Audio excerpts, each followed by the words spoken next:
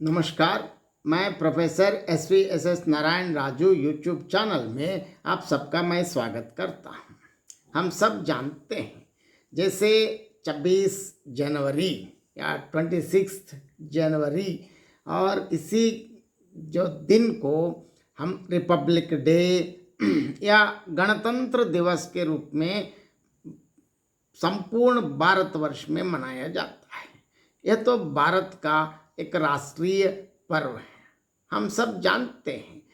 इसी दिन जो सन 1950 को भारत सरकार अधिनियम एक्ट 1935 को हटाकर भारत का संविधान लागू किया गया था। एक स्वतंत्र गणराज्य बनने और देश में कानून का राज स्थापित करने के लिए संविधान को 26 नवंबर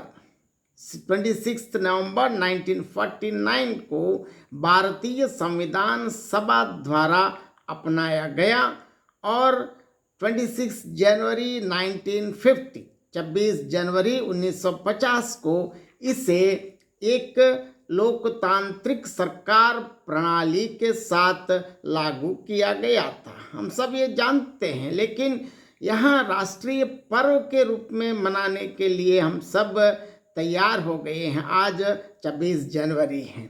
हर वर्ष जैसे 26 जनवरी एक ऐसा दिन है जब प्रत्येक भारतीय के मन में देशभक्ति की लहर और मातृभूमि के प्रति अपार स्नेह भर उठता है। सिर्फ एक दिन की बात नहीं है, क्योंकि संपूर्ण भारतवासियों में स्थित उनकी राष्ट्रीय भावना, राष्ट्रीय एकता, नेशनल इंटीग्रेशन की बात हम जब भी करते हैं और इसमें और एक बार मन में स्थित जो इस राष्ट्रीय एकता की भावना बाहर और प्रकट करने के लिए ये एक सुअवसर माना जाता है। और इसी दिन से संबंधित अनेक बातें जब हम अलग अलग वीरों को याद करते हैं, स्वतंत्र सेनानियों को याद करते हैं, क्योंकि इस संदर्भ में और एक बार राष्ट्रीय एकता, इसी से ये पता चलता है कि हमारी अखंड भारत, श्रेष्ठ भारत की विशेषताएं और एक बार याद करने के लिए फिर अनेक पुरानी स्मृतियों को ताज़ा करके हमारे मन में स्थित राष्ट्रीय भावना को जगाने का और एक ये स्वर्णिम अवसर माना जाता है। और मैं साहित्य से संबंधित होने के कारण मैं आज इस राष्ट्रीय भावना और साहित्य से, खासकर हिंदी साहित्य से संबंधित कुछ जानकारी मैं आपको प्रस्तुत करना चाहता हूँ। आमतौर पर राष्ट्रीय भावना की उन्नति में साहित्य का योगदान और खासकर हिंदी साहित्य का योगदान क्या है, अब हम एक एक के बारे में संक्षिप्त में जानकारी देखेंगे। एक जन समूह को सूत्र में बांधे रहने वाला तंतु रागात्मक ही है। जब जन समूह राष्ट्र के सम्मुख राष्ट्र के सुख दुख को अपना सुख दुख मानने की भावना से प्रेरित होता है, तभी राष्ट्रीय भावना का सामूहिक रूप बनता है। बाह्य आचार विचारों की भिन्नता के होते हुए भी राष्ट्रीय भावना जन समूह को एकता के सूत्र में बांधे रखती है। राष्ट्र की भावात्मक एकता वस्तुतः अंतश्चेतना के रूप में प्रवाहित रहती है। इस अंतश्चेतना का संबंध मनुष्य की समूह में रहने की प्रवृत्ति से जोड़ा जा सकता है। राष्ट्रीय भावना का व्यावहारिक पक्ष राष्ट्र के प्रति त्याग, उत्सर्ग और बलिदान की भावना में प्रकट होता है। राष्ट्र प्रेमी राष्ट्र के रक्षण या कल्याण के लिए प्राणोत्सर्ग करने के लिए भी तत्पर रहता है। राष्ट्र की शक्ति इसी भावना की प्रबलता पर आधारित होती है। जहां इस भावना का एक पक्ष एक विशिष्ट भूभाग के प्रति लगाव में प्रकट होता है, वहां दूसरी ओर राष्ट्र विरोधी शक्तियों के संघर्ष करने की प्रवृत्ति भी इसमें रहती है। साहित्य सृजन में राष्ट्रीय एवं राष्ट्रीय भावना का भी महत्वपूर्ण योगदान रहा है। यदि कहा जाए कि साहित्य सदा राष्ट्र की गोद में पल्लवित एवं पुष्पित होता रहा है तो कोई अतिशयोक्ति ना होगी। साहित्य राष्ट्रीय छत्र छाया में पलता आया है।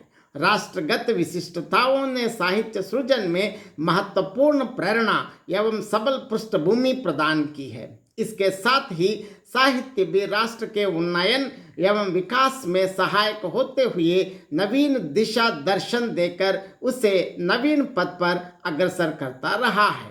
यदि कहा जाए कि राष्ट्र साहित्य का निर्माता है तो यह कहा जा सकता है कि साहित्य भी अपने क्रांतिपूर्ण विचारों द्वारा राष्ट्र के नवनिर्माण में सहायक हो सकता है। साहित्य राष्ट्र पर आधारित है और राष्ट्र साहित्य पर। स्वतंत्रोत्तर वर्गगत या संकुचित राजनीति ने द्रविड़ जाति और आर्य जाति के पृथकत्व की आवाज उठाई, परंतु इतिहास की शक्तियां इतनी प्रबल रहीं कि यह आवाज बल ग्रहण नहीं कर पाई। परंपरागत जातीय वैविध्य में मिलने वाली एकता की प्रतिध्वनि रविंद्रनाथ टैगोर की कल्पना में मूर्तिमान हो उठी। हेता आर्य, हेता अनार्य, हेता द्रविड़ चीन, शक हून दल पठान मुगल, एक दे हो लीन। भारत बहुत से धर्मों, जातियों और भाषाओं की देश है। इन सब को एकता के सूत्र में बांध कर ही राष्ट्रीय उद्देश्य की प्राप्ति करती थी। एक ओर समाज सुधारकों ने एकता का प्रयत्न किया तो दूसरी ओर राष्ट्रीय नेताओं ने राष्ट्रीय संघर्ष की सफलता के लिए एकता को आवश्यक माना। साहित्य में भी जातीय एकता की प्रेरणा बढ़ गई। प्रेमगंज जी ने जातीय विभेदन से ऊपर उठकर राष्ट्रीय कार्यक्रम में भाग लेने का संदेश दिया। उठो आर्य संतान सकल मिली, बस ना विलंब लगाओ। द्विवेदी जी ने भारत में प्रचलित प्रमुख धर्मों का उल्लेख करते हुए कहा कि सब में भाई भाई की तरह प्रेम होना चाहिए और यह भाईचारा राष्ट्रीय भावना का ही एक भाग है।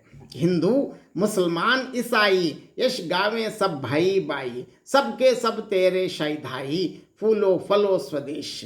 अब यहाँ ये भी ध्यान रखना है कि ये सिर्फ एक वर्ग के लिए एक नारा नहीं है, संपूर्ण भारतवासियों के लिए एक नारा है। सभी लोग स्वीकार करने से ही इसका सही अर्थ होता है। इन्हीं के साथ राय देवी प्रसाद पूर्ण ने स्वर मिलाया। ईसावादी, फारसी, सिख, यहूदी लोग, मुसलमान, हिंदी, हिंदी यहाँ हैं, सबका संयोग। यही बात रूपनारायण पांडे ने भी कही है। जैन, बौद्ध, फारसी, यहूदी, मुसलमान, सिख, ईसाई कोटि कंठ से मिलकर कह दो हम सब हैं भाई भाई। दोबारा मैं यही बताता हूँ, ये नारा सिर्फ किसी एक वर्ग या धर्म के लिए नहीं, सभी वर्ग और धर्मों के लिए समान है। समान रूप से स्वीकार करने से ही इसका सही अर्थ निकलता है। राष्ट्रीय भावना की उन्नति में साहित्य की देन अनुपम है।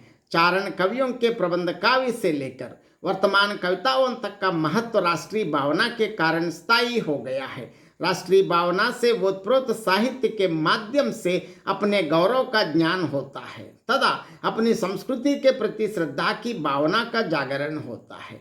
जनता में उत्साह जगाने का काम राष्ट्रीय कविताएं सफलतापूर्वक करता है। राष्ट्रकवि रामधारी सिंह दिनकर ने अपने काव्यों में सर्वप्रथम सामयिक जीवन की चुनौती को न केवल स्वीकार किया बल्कि उसका एक प्रभावशाली उत्तर देने का भी प्रयास किया। उनकी कविताओं में क्रांति का स्वर यथास्थान सुनाई पड़ता है। विशेष रूप से हुंकार की आमुख कविता में हुंकार की आमुख कविता का दिनकर की राष्ट्रीय विचारधारा के अत्यंत महत्वपूर्ण स्थान है। इस कविता से कवि के संपूर्ण काव्य विकास का स्पष्ट संकेत मिल जाता है। वर्तमान के क्षण जिस समय कवि को बुलाने के लिए आए उस समय वह शाश्वत सनातन आदर्शों में खोया हुआ था, अपने आप में मग्न था। उसे भारत पर छिड़े हुए भयानक युद्ध का ध्यान भी नहीं था। वर्तमान ने ही उसे क्रांति के गीत गाने और अपना बलिदान करने की ओर प्रेरित किया। समय डूह की ओर सिसकते मेरे गीत विकल धाये, आज खोजते उन्हें बुलाने वर्तमान के पल आए। रण की गड़ी जलन की बेला रुधिर पंख में गान करो, अपना सकल धरो कुंड में कुछ तुम भी बलिदान करो। दिनकर के मन में प्रश्न उठता है, जन्मभूमि के लिए किया गया बलिदान क्या अनर्गल था? कारण वो देश की रक्त पिपासु परतंत्रता को भूला नहीं है। वस्तुतः क्रांति अपने निजी परिवेश में भारत भूमि तक आ अवश्य गई है, लेकिन भारत अपनी शांतिवादी क्रांति की योजना में संलग्न है। भारतीय लाल क्रांति का आह्वान कवि अपने निजी प्रतीकों की सज्जा के साथ करता है। हाँ, भारत की लाल भवानी जवा कुसुम के हारों वाली, शिवा रक्त रोहित वसना, कबरी में लाल सितारों वाली, कर में लिए त्रिशूल कमंडल, दिव्य शोभिनी सुर सर स्नाता, राजनीति की अचल स्वामिनी, साम्य धर्म ध्वज दर की माता। देशभक्त राष्ट्रीय कवि को देश के अणु अणु से प्रेम होता है। देश काल समाज का चित्र प्रस्तुत करते समय वह वहाँ की सभ्यता और संस्कृति को नहीं भूलता, वह यथास्थान उसके भी चित्रण का प्रयास करता है। राष्ट्र कवि रामधारी सिंह दिनकर के मन में भारत के प्रति, भारतीयता के प्रति, उसके धर्म संस्कृति सभ्यता के प्रति गहरी श्रद्धा, अटूट विश्वास है। इसीलिए उनके काव्यों में संस्कृति को पर्याप्त स्थान मिला है। स्पष्ट शब्दों में इन्हें भारतीय संस्कृति का आख्याता, भारतीय आदर्शों का गायक कहा जा सकता है। राष्ट्रीय भावना अंतर्धारा के रूप में अंतर्धारा के रूप में राष्ट्र की शांतिपूर्ण स्थितियों में भी प्रवाहित रहती है, लेकिन जब राष्ट्र के प्रगति को बाधित करने वाली और राष्ट्र के अस्तित्व को संकट में डालने वाली परिस्थितियां उत्पन्न होती हैं, तब यह भावना उद्विग्न और प्रखर हो उठती है। जब यह भावना उद्विग्न होकर राष्ट्रीय जन के कर्तृत्व का रूप ग्रहण करती है, तब राष्ट्रीय जागरण, राष्ट्रीय पुनरुत्थान आदि की स्थितियां मानी जाती हैं।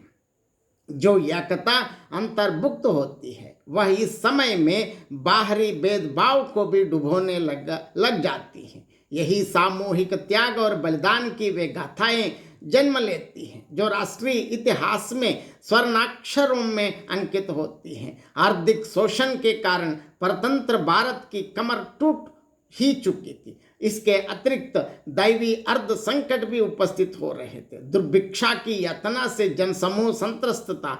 महात्मा गांधी जी की राष्ट्रीय भावना भगवान गौतम बुद्ध की सेवा भाव से अनुप्राणित रही। देश के पतितों और दीनहीनों की सेवा करना भी राष्ट्रीय कार्यक्रम है। गांधीवादी कवियों ने सेवा भाव को प्रभावशाली ढंग से प्रस्तुत किया।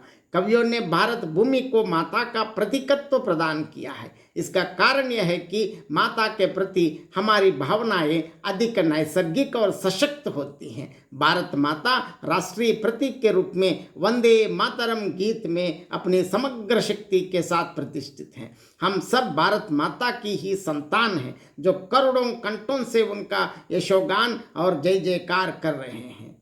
अनेक कवि वंदे मातरम की भावना में अपना स्वर मिला रहे हैं। जिसकी संतान इतनी बलिष्ठ हो, उस माता को अबला कैसे कहा जा सकता है। महावीर प्रसाद द्विवेदी भारत माता को देवी के रूप में कल्पित करके कह उठते हैं, 30 कोटि लोगों की कलकल सुनी जहां पर जाती है, उसकी दुगुन खड्ग धारा की द्युति विकास कहाँ जहां पाती हैं।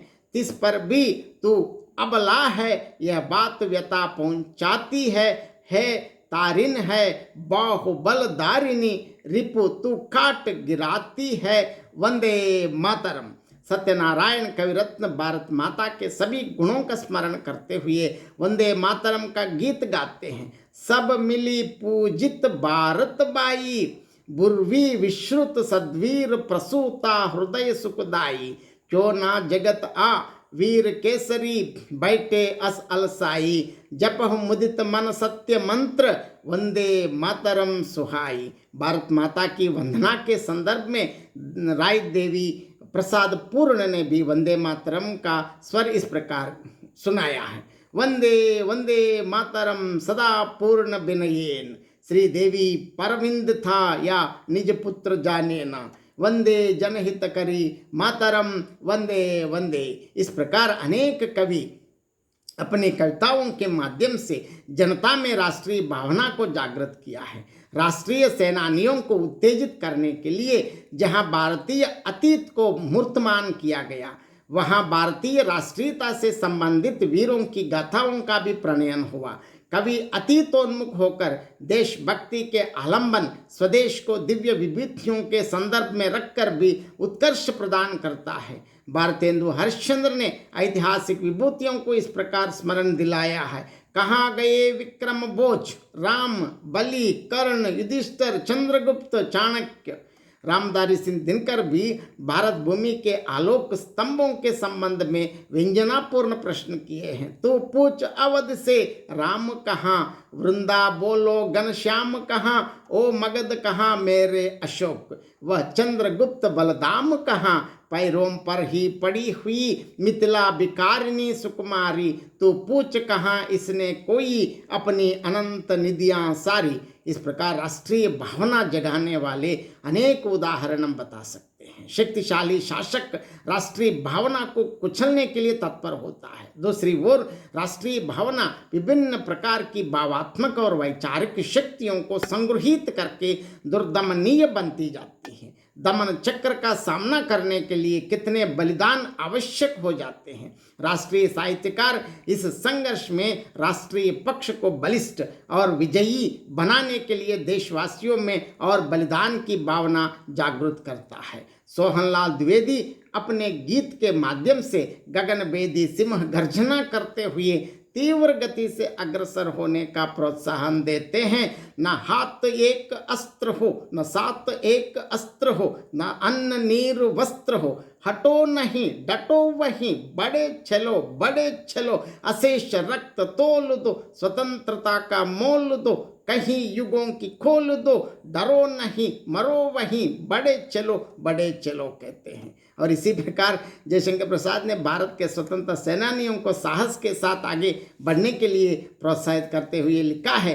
हिमाद्रि तुंग शुंग से प्रबुद्ध शुद्ध भारती, स्वयं प्रभा समुज्ज्वला, स्वतंत्रता पुकारती, अमर्त्य वीर पुत्र हो, दृढ़ प्रतिज्ञ सोच लो, प्रशस्त पुण्य पंथ है, बड़े चलो, असंख्य कीर्ति रश्मियां विकीर्ण दिव्य दाहसी, सपूत मात्र भूमि के रुको न शूर साहसी, आरती सैन्य सिंधु में खड्गाव सुवाड़ वाग्नि से जलो, प्रवीर हैं जयी बनो, बड़े चलो। इस प्रकार विभिन्न कवियों ने और रचनाकारों ने अपनी उद्बोधनों से मंडित कविताओं और रचनाओं के द्वारा जनता को क्रांति, बलिदान, राष्ट्रीय एकता का संदेश देकर उसमें देश के मर मिटने की उत्तेजना जागृत की है। साहित्य भी अपने जीवन दर्शन द्वारा राष्ट्रीय भावना की उन्नति का दिशा निर्देशन करता है। राष्ट्रीय साहित्य में उस राष्ट्र की सभी विशिष्टताएं, परिस्थितियां, परिवर्तन सुस्पष्ट एवं साम्यक रूप से दृष्टिगत हो सकते हैं। राष्ट्रीय साहित्य वर्ग विशेष की भावात्मक मानसिक साधना का राष्ट्रगत संस्कृति के आधार पर उद्वेलन पूर्ण अभिव्यक्तिकरण का परिणाम है और अंतर्राष्ट्रीय साहित्य मानव मात्र की अंतश्चेतना को स्पर्श करके जनमानस में समिष्ट एवं विश्व जनीनता पर जंकृत उत्पन्न करके होने वाली अभिव्यक्ति का परिणाम है। वास्तव में श्रेष्ठ साहित्य वही है जो व्यष्टि से समिष्ट की ओर उन्मुख होता हुआ देश काल से परे सर्वजनीन भावना से युक्त होकर सभी सीमाओं से मुक्त होकर राष्ट्र के हेतु सत्यम शिवम सुंदरम के मूल्यों का मार्गदर्शन कर सके।